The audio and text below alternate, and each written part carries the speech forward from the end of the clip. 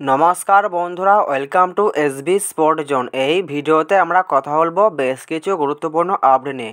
তো বেশ কিছু গুরুত্বপূর্ণ আপডেট বেরিয়ে আসছে, এই আপডেটগুলি আজকের এই ভিডিওতে তোমাদেরকে জানাবো। ভিডিওটা সবাই প্রথম থেকে শেষ পর্যন্ত দেখবে, তাহলে সব আপডেট সঠিকভাবে জানতে পারবে, না হলে অনেক কিছু মিস করে যাবে।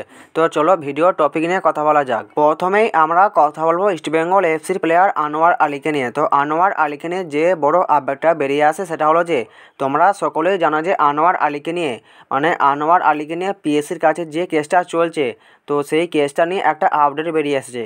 তো যেটা জানতে পারা যাচ্ছে যে পিএসসির তরফ থেকে এই ফেব্রুয়ারি মাসে আনোয়ার আলীকে নিয়ে রায় দেওয়ার কথা ছিল, কিন্তু এখন যে আপডেটটা বেরিয়ে আসে সেটা হলো যে পিএসসির তরফ থেকে জানিয়ে দেওয়া হয়েছে যে এই ফেব্রুয়ারি মাসে আনোয়ার আলীকে নিয়ে কোনো রকম কোনো শুনানি হবে না। তো আনোয়ার আলীকে নিয়ে পিএসসির তরফ থেকে ফেব্রুয়ারি মাসে রায় দেওয়ার কথা ছিল, কিন্তু ফেব্রুয়ারি মাসে কোনো রকম কোনো রায় আসছে না। তো এই কেসটা এখন স্থগিত করা হয়েছে, এরকমই আপডেট বেরিয়ে আসছে আনোয়ার আলীকে নিয়ে। যেটা জানতে পারা যাচ্ছে সেটা হলো যে এআইএফএফ এর অ্যাপিল কমিটি, এছাড়াও দিল্লি এফসি এবং ইস্টবেঙ্গল এফসির তরফ থেকে অ্যাপিলের সমাধান করার পরই পিএসসির তরফ থেকে রায় দেওয়া হবে। তো আনোয়ার আলীকে নিয়ে এই আপডেটটাই বেরিয়ে আসলো, এই ব্যাপারটা তোমাদেরকে জানিয়ে দিলাম। তো ইস্টবেঙ্গল সমর্থকদের জন্য হালকা করে হলো একটু খুশির খবর এটা বলা যেতেই পারে। তো আনোয়ার আলী তিনি এখনও ইস্টবেঙ্গলের হয়ে খেলা চালিয়ে যেতে পারবেন। এরপর আমরা কথা বলবো মোহন বাগানকে নিয়ে। তো মোহন বাগানকে নিয়ে আজ থেকে একটা রিউমার বেরিয়ে আসছে, যেটা জানতে পারা যাচ্ছে সেটা হলো যে মোহন বাগান ম্যানেজমেন্ট তারা পাঞ্জাব এফসির প্লেয়ার পম্বির সিংয়ের সঙ্গে কথাবার্তা চালাচ্ছে, এবং মোহনবাগান ম্যানেজমেন্ট তারা পম্বির সিংকে এই মরশুমে না পেলেও তারা সামনের মরশুমে পম্বির সিংকে তাদের দলে সাইন করাবে, এরকমই সব রিউমার আজ থেকে ট্রান্সফার মার্কেটে ঘোরাফেরা করছে। পম্বির সিংকে নিয়ে অনেকেই অনেক রকমভাবে আপডেট শেয়ার করেছে। অনেকেই বলছে এই জানুয়ারি ট্রান্সফার উইন্ডোতে পম্বির সিং তিনি মোহনবাগানে আসছে, আবার অনেকেই বলেছে যে পম্বির সিং তিনি এই মরশুমে না হলেও পরের মরশুমে মোহনবাগানে আসছে।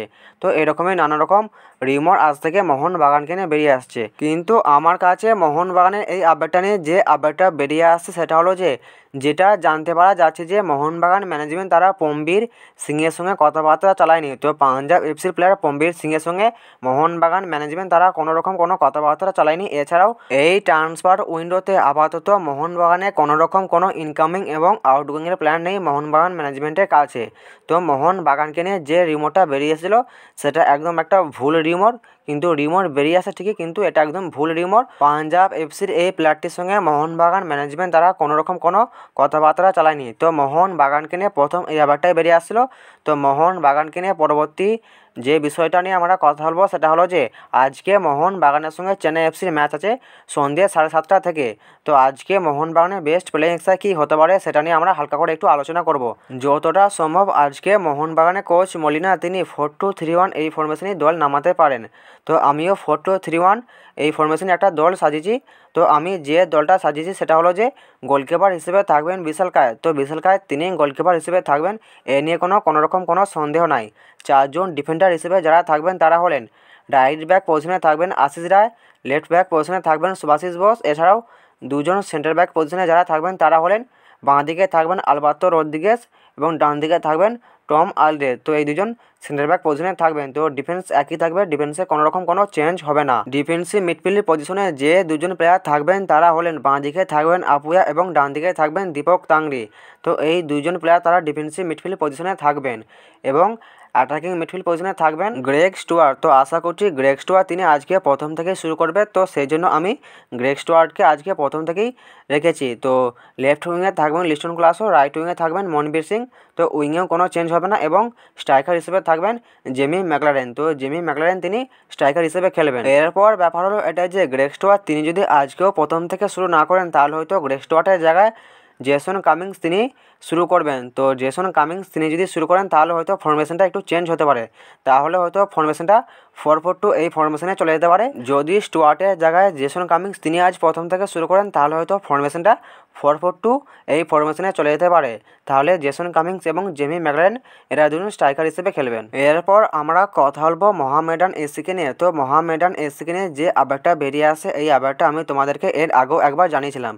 ব্যাপারটা হলো এটা যে ঠিকভাবে বেতন পাচ্ছে না মোহামেডান এসির প্লেয়ারটা, যেটা জানতে পারা যাচ্ছে যে 3 মাস ধরে বেতন পায়নি মোহামেডান এসির অনেক প্লেয়ারই। তো সেই জন্য তারা অনুশীলন বয়কট করছে। তো এই ঘটনাটা এর আগেও একবার ঘটেছিল, তো তখন আমি তোমাদেরকে এটা জানিয়ে দিয়েছিলাম। তারপর মোহামেডান এসির সিওর সাথে মিটিং করার পর সেই সব প্লেয়াররা তারা আবার অনুশীলনে ফিরে আসেন, কিন্তু আগামীকাল মোহামেডানের যে অনুশীলন ছিল তো সেই অনুশীলনে মোহামেডান এসির অর্ধেকের বেশি প্লেয়ার তারা অনুশীলন করেনি, তারা অনুপস্থিত ছিলেন। তো যেটা জানতে পারা যাচ্ছে সেটা হলো যে এর আগের বার মোহামেডান এসি প্লেয়াররা তারা যখন অনুশীলন করেনি তারপর সিওর সঙ্গে বৈঠক করার পর তারা আবার সবাই অনুশীলনে ফিরে আসেন, কিন্তু যেটা জানতে পারা যাচ্ছে সেটা হলো যে সিও তিনি যে কথা দিয়েছিলেন তিনি সেটা রাখতে পারেননি। তো সেই জন্য মোহামেডান এসির অর্ধেকের বেশি প্লেয়ার তারা অনুশীলন বয়কট করেছেন, তো সেই জন্য তারা অনুশীলনে আসছেন না। মোহামেডান এসির সমর্থকদের জন্য খুবই একটা খারাপ খবর। তো ভবিষ্যতে এমন না হয়ে যায় যে হায়দ্রাবাদ এসির যে অবস্থা হয়েছে সেরকম না হয়ে যায়। তো আশা করছি মোহামেডান এসি ম্যানেজমেন্ট তারা এই সমস্যার সমাধান খুব শিগগিরই করে দেবে। তো আজকের এই ভিডিওতে তোমাদেরকে এই আপডেটগুলি জানা ছিল, এই আপডেটগুলো তোমাদেরকে জানিয়ে দিলাম। ভিডিওটা যদি ভালো লাগে ভিডিওটা অবশ্যই একটা লাইক করে দিও, যারা আমাদের চ্যানেলে প্রথমবার আসবে চ্যানেলটা অবশ্যই সাবস্ক্রাইব করে দিও। তো দেখা হচ্ছে নতুন কোনো একটা ভিডিওতে।